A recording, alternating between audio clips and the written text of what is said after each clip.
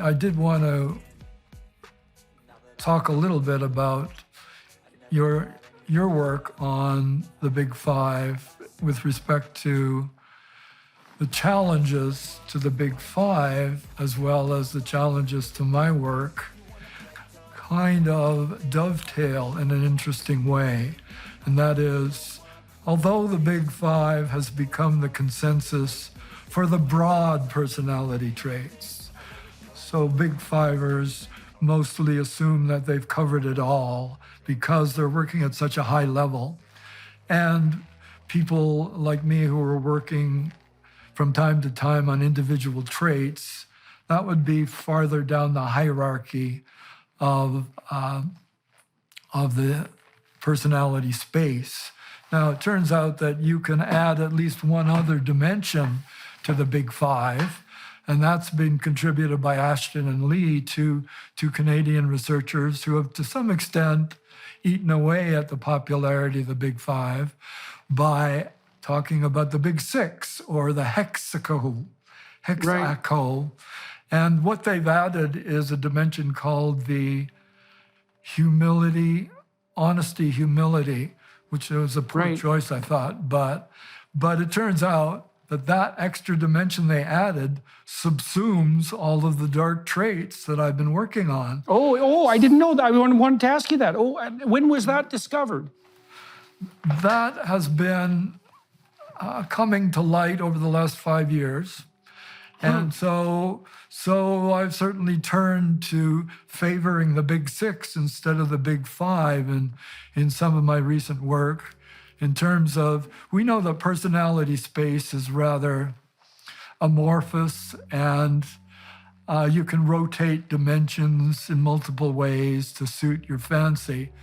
But this one suits me because it shows where the dark traits fall with respect to a comprehensive personality space.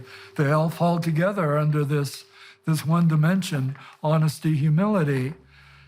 And so I really appreciated the Ashton and Lee for... Now, do you think that's because Ashton and Lee, is it because they included, in some sense, some of the originally excluded words from their statistical samples of adjectives, the ones that are more evaluative? Because, I mean, your phrases or sentences are really quite evaluative on the moral dimension, and so they wouldn't have been considered in the initial Big Five corpus. And then honesty, humility seems to be kind of in the middle of that, right? Because it's obviously better morally to be honest and humble than to be dishonest and arrogant. And so you're sneaking there or stepping into the domain of ethical categorization.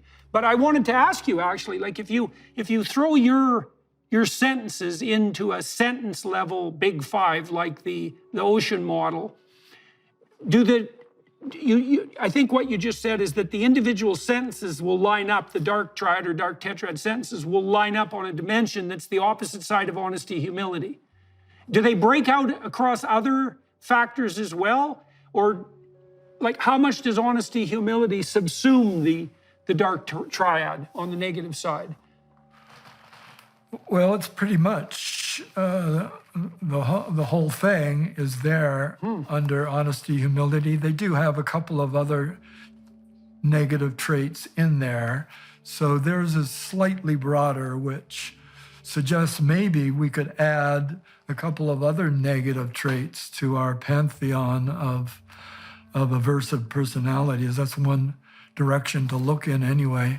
It's interesting what you say about pulling out the negative traits, which Cattell did many years ago, and Tellegen and a few others have pursued that. And indeed, I think that's there if one looks hard enough at the work of earlier personality researchers. The Big Seven was available in the 70s, and one of those looked like a dark personality factor. So that would make an interesting paper to track that issue.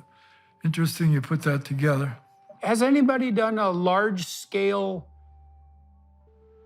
compilation of the dark tetrad items with the hexaco model, like on thousands and thousands of people? Have you done that yet? Others have done that, yeah. Yeah, it's there.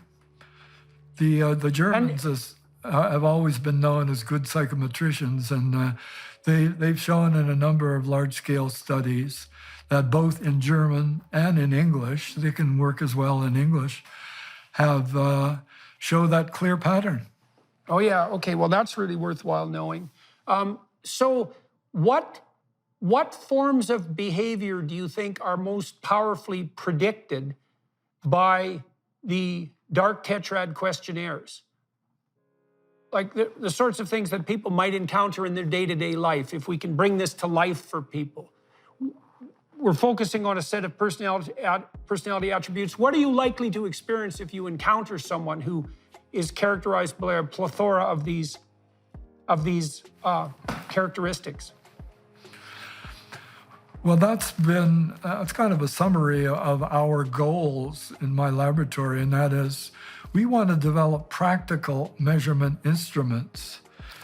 One can find a lot of interesting things in Freud's Thanatos and Jung's shadow, but you're not going to be able to ask people about those in a job interview. So what we want are measures that can be applied to ordinary people, whether they're job selection, you want certain kinds of people, and sometimes you want a little bit of the dark side, sometimes not. Even in these romantic websites where you're pairing up people, you want to know a little bit about the potential partners. The dark side is starting to prove useful there.